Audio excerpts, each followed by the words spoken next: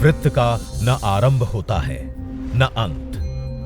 जैसे वडनगर के आरंभ और अंत का भी कोई बिंदु नहीं है, जो काल कालांतर से चुनौतियों को झेलता हुआ आज तक अटूट आबाद अनवरत खड़ा है।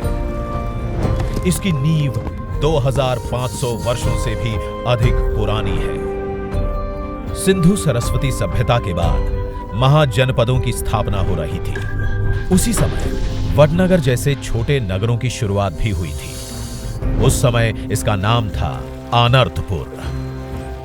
रूपेण नदी और कपिला नहर से सदा पूरित जल राशि के निकट ऊंचे टीले पर बसी बस्ती के नागरिक 5वीं सदी ईसा पूर्व से अपने कच्चे पक्के घरों में रहते।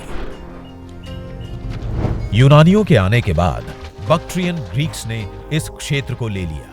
2री सदी ईसा पूर्व से लेकर 1ली सदी ईसा पश्चात तक यूनानी राज के निशान यहां उनके सिक्कों में दिखते हैं।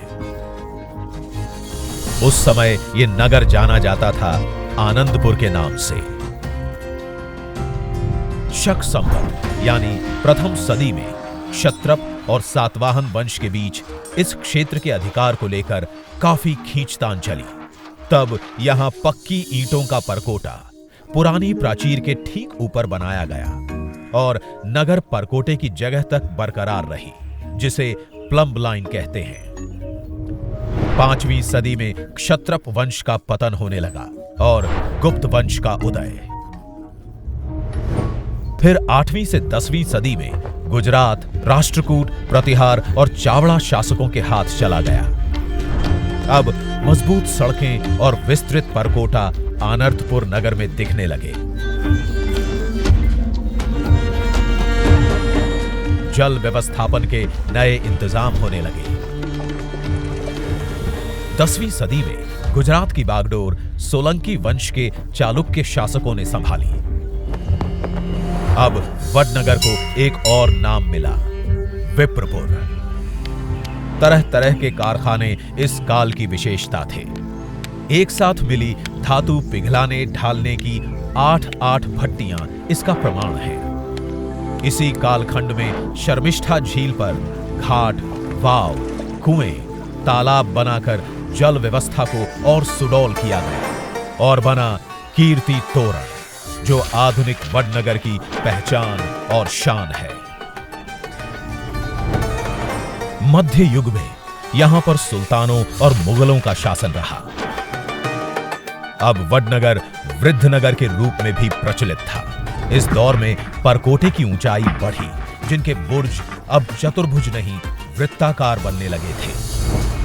मुगलों के पतन और मराठा राज के उत्थान के साथ पुणे के पेशवाओं ने गुजरात पर सन 1726 में प्रभाव जमाया। 19वीं सदी से वडनगर में बदलते हुए दौर के निशान साफ दिखाई देने लगे।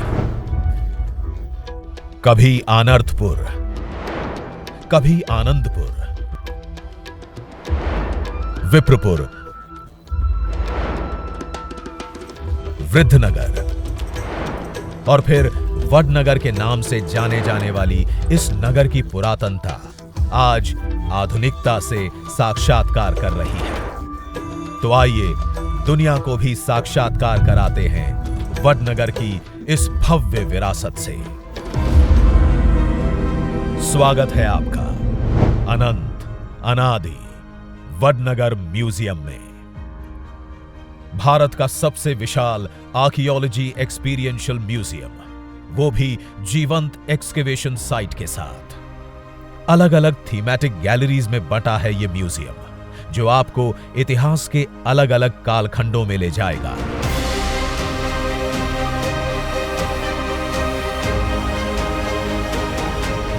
आपका स्वागत होगा ओरिएंटेशन गैलरी से।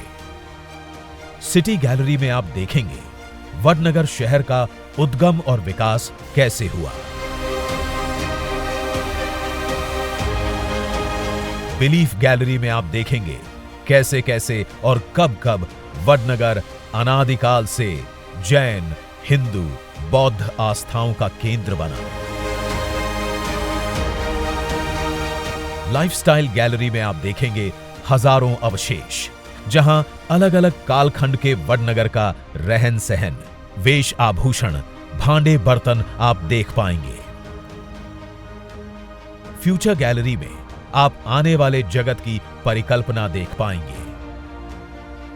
फिर आपकी आंखें देखेंगी वो दृश्य जो अकल्प्य होगा, एक विशाल एक्सकेवेशन साइट, जहां आप साक्षात देखेंगे एक प्राचीन दीवार जिसे पुरातत्वविदों ने दशकों की अथक मेहनत के बाद धरती के गर्भ से खोज निकाला है। इस दीवार का निर्माण कई कालखंडों की कहानी कहता है। हम देख सकते हैं कि पहले सबसे गहरी परत में मिट्टी की भित्ति है, उसके ऊपर अलग अलग कालखंडों में पकाए गए ईंटों की दीवारें मिलती हैं।